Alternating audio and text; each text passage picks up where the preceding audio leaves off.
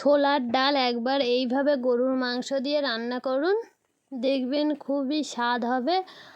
আর কিভাবে আমি খুব অল্প টাইমের মধ্যে রান্না করলাম তার জন্য পুরো ভিডিওটা দেখার চেষ্টা করবেন। আশা করছি ভিডিওটা আপনাদের খুবই ভালো লাগবে। আসসালামু আলাইকুম, সকলে কেমন আছেন? আলহামদুলিল্লাহ সকলেই ভালো আছেন, সুস্থ আছেন। এখানে আমি 250 গ্রামের মতো ছোলার ডাল নিয়ে নিয়েছি। ডালটা কিন্তু আমি রাত্রিরে ভিজিয়ে রেখেছিলাম সকালে এটাকে রান্না করব বলে। আপনাদের হাতে সময় না থাকলেও 5-6 ঘন্টা ভিজিয়ে রাখলেও এটা খুব ভালো করেই রান্না করা যাবে। এবার রান্নার জন্য কড়াইয়ের মধ্যে দিয়ে দিয়েছিলাম সরিষার তেল। তেলটা গরম হয়ে যেতে এর মধ্যে দিয়ে দিচ্ছি একটা তেজপাতা, গোটা জিরে আর কাঁচা লঙ্কা চেরা দিয়ে এটাকে খুব ভালো করে একটু নাড়াচাড়া করে নিয়েছি। নাড়াচাড়া করার পর এতে দিয়ে দিয়েছি 2টো মিডিয়াম সাইজের পেঁয়াজ। পেঁয়াজটাকেও প্রথমে খুব সুন্দরভাবে একটু নাড়াচাড়া করে নিতে হবে যতক্ষণ না পেঁয়াজের কালারটা একটু হালকা বাদামি কালার হয়ে আসছে। দেখতেই পাচ্ছেন পেঁয়াজটা 2 মিনিটের মতো নাড়াচাড়ার পর পেঁয়াজের কালারটা কেমন চেঞ্জ হয়ে গেছে। এতে দিয়ে দিলাম 1 চামচ আদা বাটা ও 1 চামচ রসুন বাটা দিয়ে এটাকে খুব সুন্দর করে একটু নাড়াচাড়া করে নেব যতক্ষণ আদা রসুনের একটা কাঁচা গন্ধ বেরিয়ে যাচ্ছে।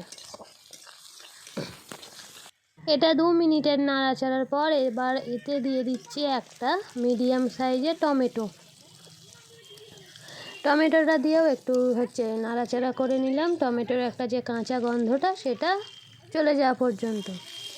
এরপরে আমি গরুর মাংসটা ছোট ছোট টুকরো টুকরো করেছিলাম।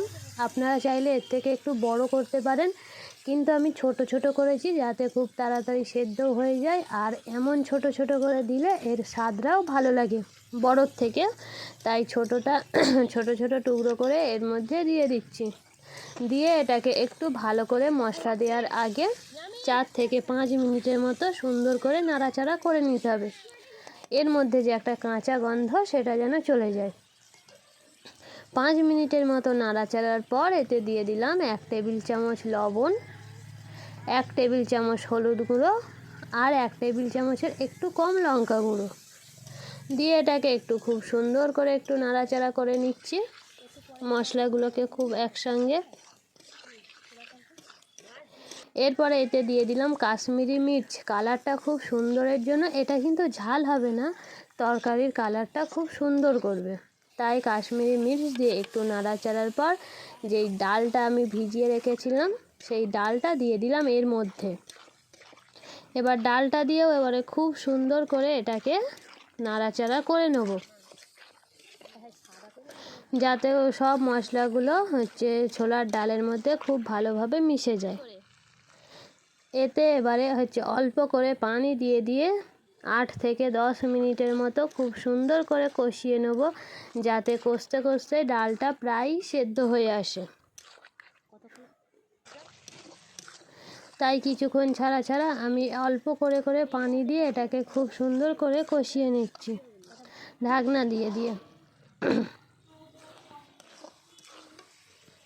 দেখতেই পাচ্ছেন এটা কেমন কষতে কষতে কালারটাও সুন্দর হয়ে এসছে।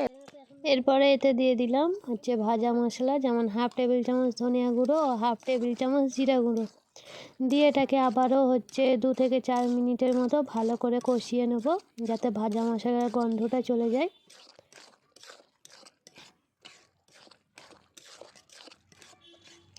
একবার দেখুন কালারটা কত সুন্দর হয়েছে।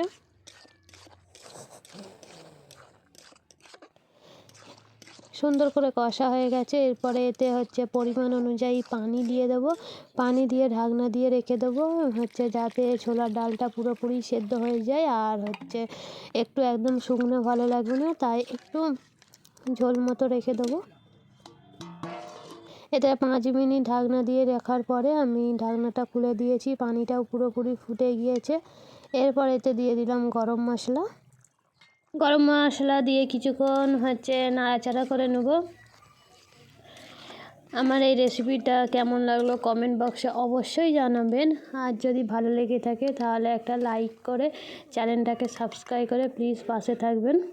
এখানে আমি 5 মিনিট নাড়াচাড়ার পর এটাকে নামিয়ে নিচ্ছি। দেখুন কত সুন্দর হয়েছে, কালারটাও কত সুন্দর এসেছে।